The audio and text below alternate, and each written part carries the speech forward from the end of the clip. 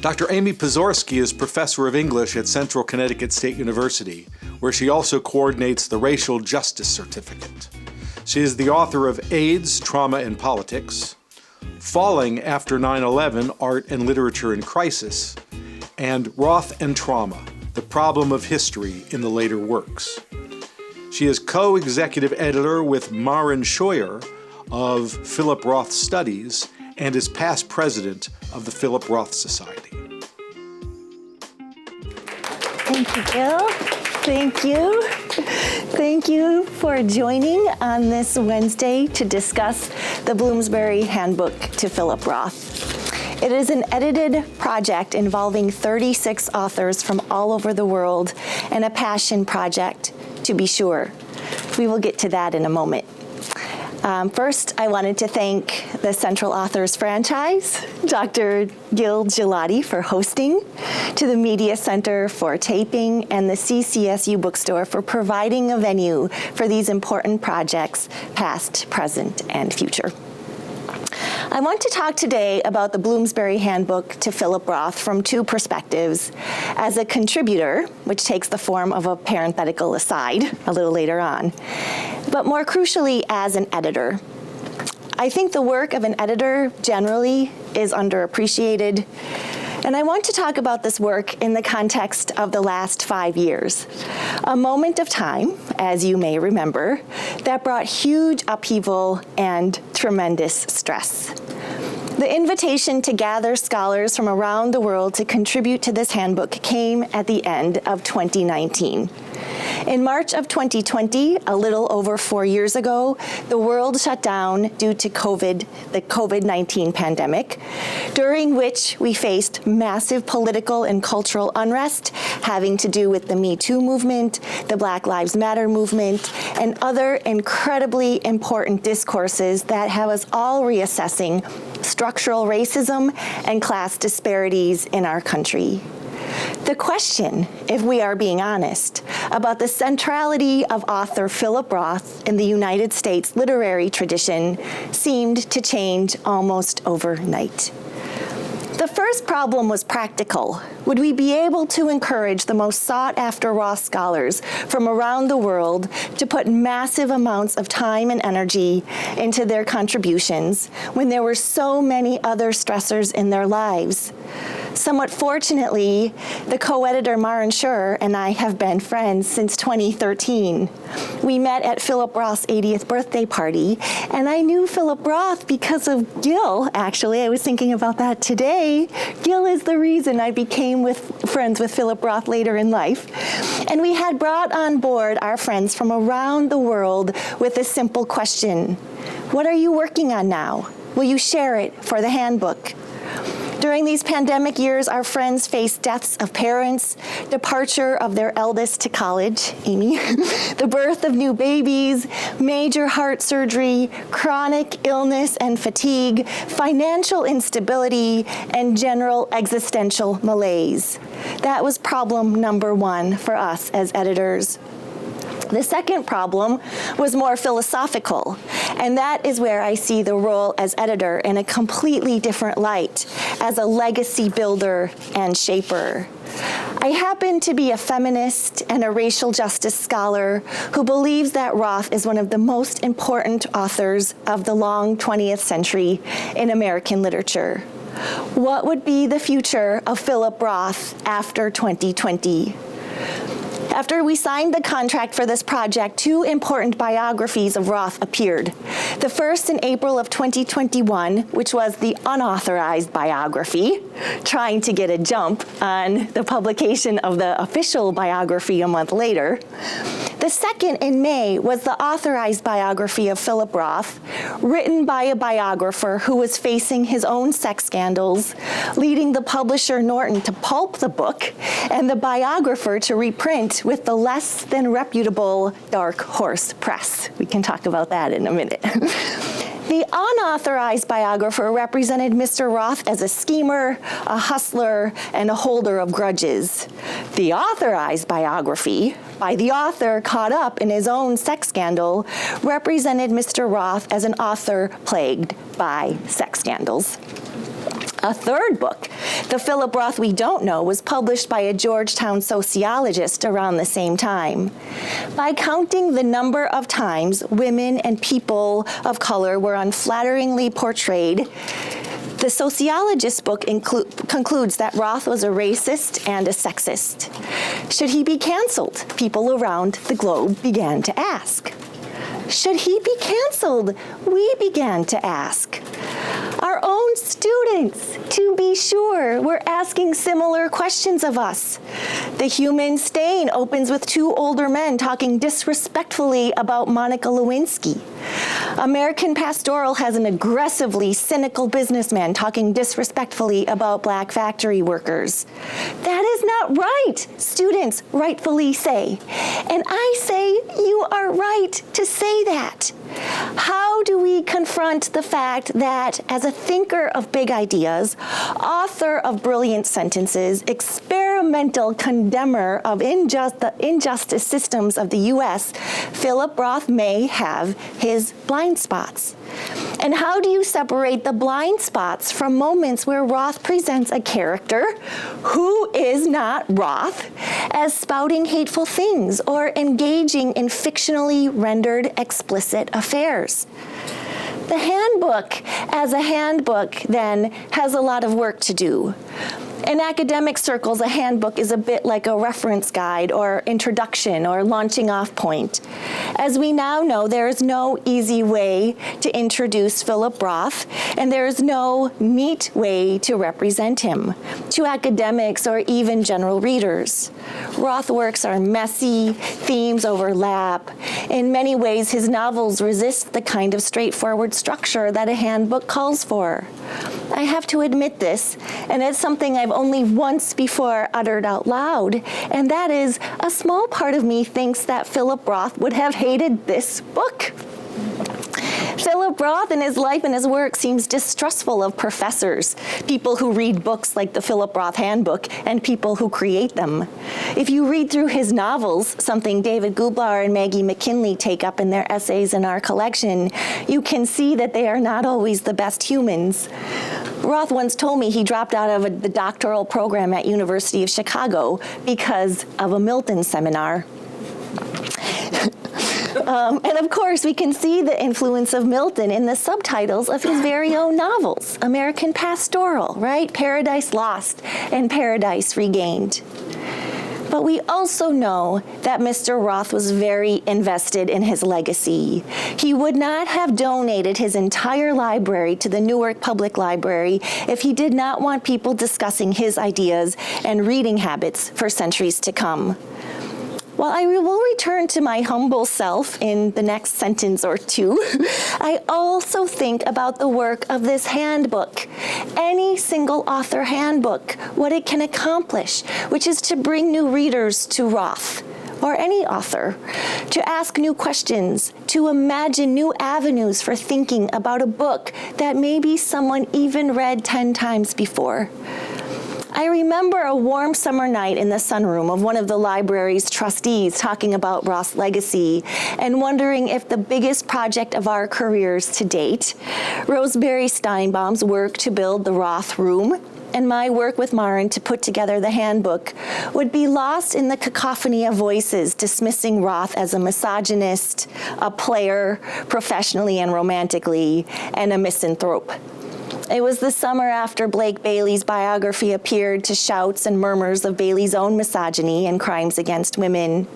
I think not a few of us during that riotous summer, when artists of all kinds were being reevaluated, had a brief shuddering thought that Roth would go down with his biographer. The ultimate irony, since Roth chose his biographer hoping to cement his legacy. But as it happened, we needn't have worried. People, academics, and general readers alike are still, despite themselves, maybe interested. 13 CCSU students registered for a 3 novels by Philip Roth class this semester. Our handbook tries to show the many, many ways we can read and value the fiction of one of the greatest American writers of the 20th century. I do not say that lightly. I am so grateful that 36 authors, and I have to underline 36 authors. Do you know how hard it is to organize 36 academics who do not want to be pinned down from all corners of the world? That they trusted us to share their work with us at an uncertain moment during the pandemic does not go by lightly with me. It was uncertain for many reasons, not least of which was the question of Roth's legacy.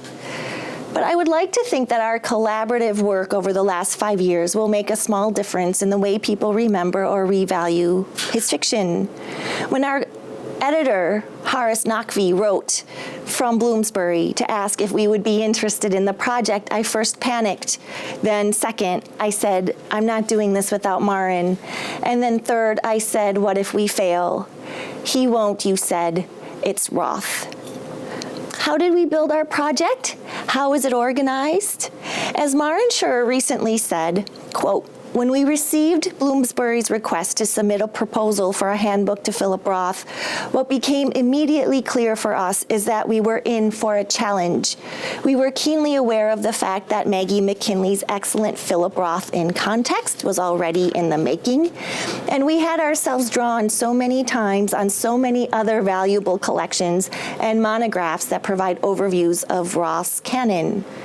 So we set out to put together a collection that would sit among these efforts, not so much as competition, even though that is exactly the mindset of the publisher, but as complements, in the sense that we were looking to keep open a dialogue and ask ourselves how we could ask our contributors to approach Roth in new and perhaps surprising ways. I have a list or an overview of the table of contents. Maybe I'll skip a deep dive into that. But the point is that the table of contents itself was a collaborative effort. It is also not conventional in terms of what you would expect from a companion or a handbook. We have sections called Roth Through the Genres, Roth Across Disciplines, which looks at how Roth might be interesting to people outside of literary studies, reading history through Roth, new dimensions or directions in Roth studies. That one is really interesting to me because it allowed us to draw on our experiences as editors of the peer-reviewed journal Philip Roth Studies to see how Roth was addressed in such emerging fields as eco-criticism, whiteness studies, the medical humanities, and queer studies. And where authors were not working in the field, we asked them to. We invited Central's very own Professor Leonidas, a foremost expert on ecology and eco-criticism, to lend his expertise as a 16th and 17th century scholar of British literature to imagine what that approach would look like in Roth studies. We also have a part called Adaptations and Influences, and a part called Shop Talk, which asks how other professionals or professions might approach Roth's work. That includes teachers, biographers, translators, and librarians. So how did we get all of these experts on board? Well, sometimes we didn't. We knew we wanted a chapter on the conceptual art, that is, artists who are making installations based on Roth. But when we reached out to Brian Zaniznik for a chapter, he told us respectfully, I'm an artist, not a writer. So we interviewed him, and that came out really fun. He shared with us his images of his performance art that eventually earned a cease and desist letter from Roth's estate. And we liked that juicy scandal. It's in the pages. And after trying multiple times to bring on board someone to read Roth from the perspective of critical race theory, I eventually jumped in to claim that one. My approach was to read Roth's representation of racial passing in The Human Stain as a commentary on the social constructions of race and the power of language in creating one's own identity. And Liliana, who is in the audience, recently wrote a really lovely paper in this vein. My paper is called Slipping the Punch, because as I argue, Roth uses the figure of slipping the punch, a defensive move in boxing, as a way to explain how his protagonist passes by allowing others to project their own fantasies onto him, as we have seen in numerous times through the canon of racial passing novels from the past century. Likewise, Marin wrote lovingly and expertly about representations of disability in Roth's work, insisting, as Roth insists, that we look at his amputee in the plot against America, rather than looking away as we have been trained to do as polite people. These two chapters, as with all the chapters, seem to suggest, to us anyway, that we might do well to keep Roth around for a while, to consider his representations of disability, illness, traumatic history, populism, vulnerable women and children, academia, and even cancel culture itself. So how did the others come around? As we say in our handbook's introduction, it begins in many ways with a knock on a hotel room door. And that already sounds like a scene from one of Roth's more scandalous novels. But in this case, it was perhaps one of the most earnest knocks on the door of my career. I had just been talking with Claudia Franziska Breuweiler, a political scientist from Switzerland, who offered to keep the conversation going after the Roth at 80 birthday celebration. This was 2013, where many of the contributors first gathered. It occurs to me now that Claudia was inviting me to email her or call her to follow up. But because Roth brings people together, I decided to knock. Although we as a Roth Society and Fellowship of Roth Scholars had found ways to connect before, Pia Masiero invited people to Italy to talk about Roth, for example, and Velichka Ivanova invited people to France, more and more scholars began to circle the globe in pursuit of the next Roth discussion. Scholars from such disciplines as political science, creative writing, philosophy, the law, film studies, the visual arts, history, to name a few, have initiated these conversations for decades. Our goal was to tap into these wide-ranging discussions. A similar thing could be said for our meeting places and the country that Roth scholars hail from. Iraq? In writing these remarks, I had this distinct memory of hearing my husband say on a Zoom call that was competing with my Zoom call, "I have to be quiet. Aimee's talking to Iraq today." India, Switzerland, Romania, France, Italy, the US, the UK, Canada, all scholars who approach Roth with different cultural and disciplinary backgrounds have the power to raise new questions and new possibilities, new angles from which to read Philip Roth, like looking through a prism. We wanted our handbook to embody that spirit. And in this way, we wanted to think about how new pedagogies that, dare I say it, are grounded in the psychoanalytic method that is so close to my heart. Roth has so much psychoanalytic theory in his personal library and credits it with helping to write his fiction. Psychoanalysis is also a method of inquiry that promotes ways to keep interpretive questions open and to engage multiple points of view and possibilities. As one of our contributors said recently, and as Marin reminded me repeatedly, the field of Roth studies is already saturated, and we see this as a good thing. Our handbook could never be the last word, but one to keep the conversation going.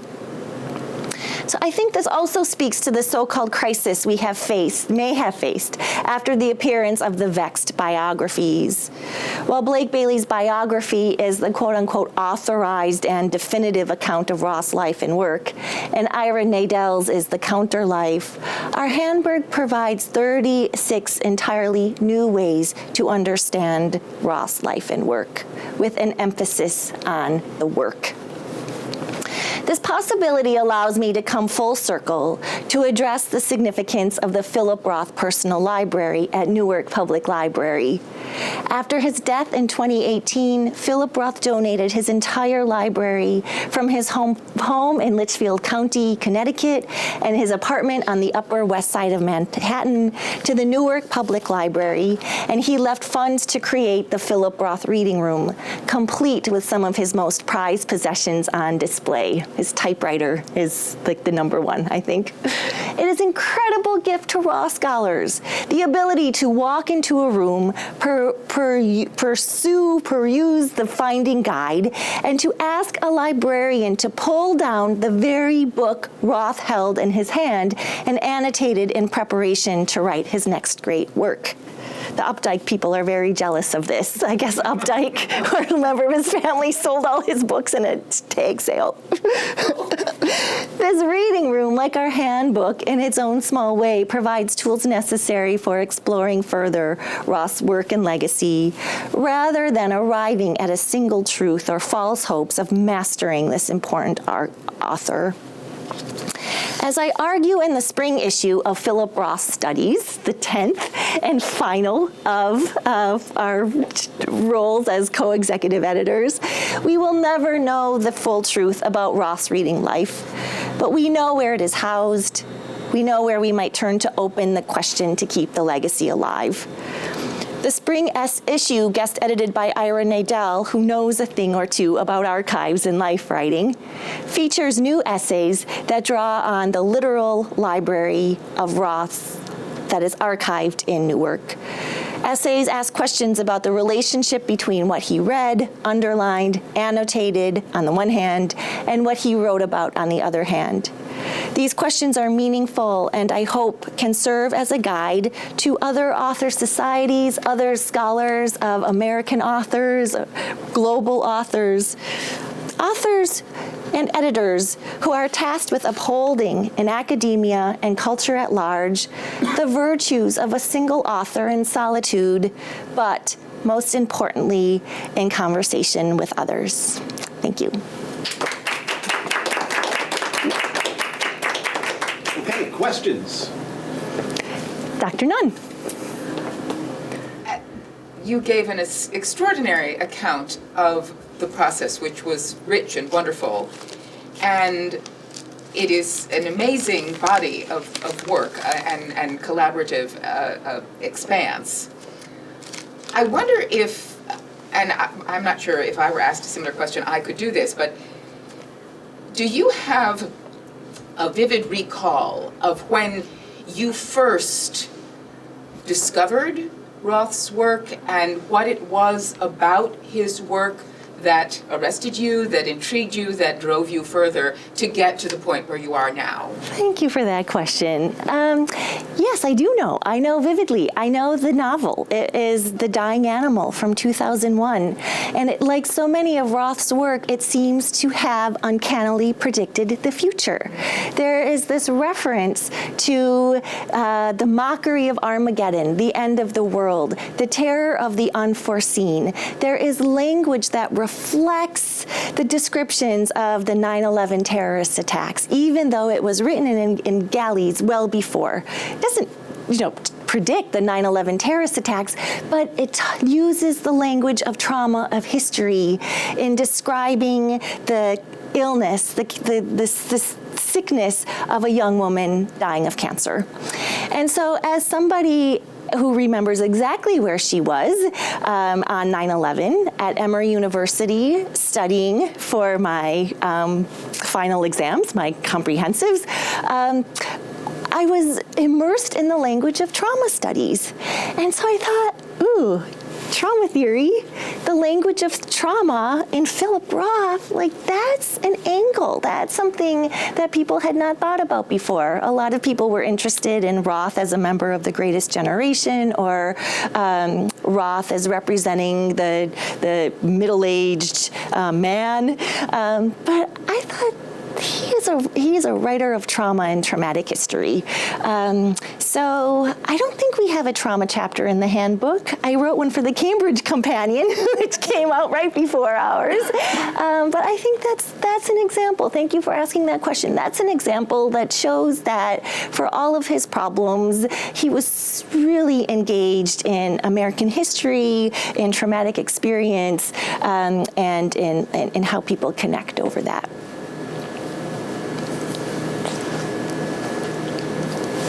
Professor Gillard. So for the people in the audience, both here and in TV land, give us three of Roth's works that are an entryway, right? So not necessarily his greatest ones, not necessarily your favorite ones, but three that if someone who doesn't know anything about Roth picks it up, it will kind of bring them in. Okay. I want to say Plot Against America, Liliana, but maybe you would disagree. All right, let me go to the sure ones. Nemesis is his last novel that was published in 2010 about an unexpected polio outbreak in the city of Newark after World War II. And again, to Professor Nunn's question, or my response to that, he uses language that reflects what we experienced during the pandemic. Parents are saying, you may not go to movie theaters, you may not drink from the water fountain, we have no idea what the effects of this disease are, stay home and isolate. And so I think like for the modern student, that is a really interesting kind of description, not only of like Newark and Jewish neighborhoods generally after World War II, but with the added layer of how we all tried to come to terms with this pandemic, I think is really significant. For the writers, The Ghostwriter, 1979, which introduces Nathan Zuckerman, who narrates 2 trilogies and talks about the problem of writing. In all of the Nathan Zuckerman books, he says, we writers, we do our best, but we get people wrong. It doesn't matter how much you think you know them or how much work you put into researching, you are going to get people wrong, which I think is like such an amazing like ethical claim, right? Like going in knowing that you cannot master your knowledge of someone else. I used to say Plot Against America until the last year or so. Plot Against America imagines the rise of a populist president who has ties with Nazi sympathizers, who introduces an America First platform, and that again was published in 2004, but seems so relevant to today's current political atmosphere. So that's my third with a caveat. Okay. Dr. Jayasinghe. Yeah, so thank you for that introductory talk, Aimee. I learned a lot about Philip Roth. So my question is, so as you were in the process of coming up with this handbook, what were some of the high moments and what were some of the challenges, especially because, as advice for someone who might be wanting to put together an anthology or a handbook, how would you respond to those 2 sort of moments in this process? Thank you for asking. I know when I had that line about how difficult it is to be an editor, I was thinking about Dr. Jayasinghe, who is embarking on her own editing project. It's hard, right? So I'm going to start with the challenges, and that is, I think we all have a sense of what a really nice sentence looks like, and it's probably very much a matter of personal opinion, but there are some things that I will dig my heels in for. A really focused claim, a strong argument that moves forward, close reading, explication, and clear lyrical sentences. And you don't always get that, like maybe you invite the most rigorous scholars. Do you ever? Yeah, not at first. And if you don't like work with somebody who was trained as an English scholar, then even that explication part is like, what are you asking me to do? What is, close reading? I am close reading. And then you want to say that it's not close reading. Or we had journalists who are like really talented, but then the research, like the citation piece wasn't there.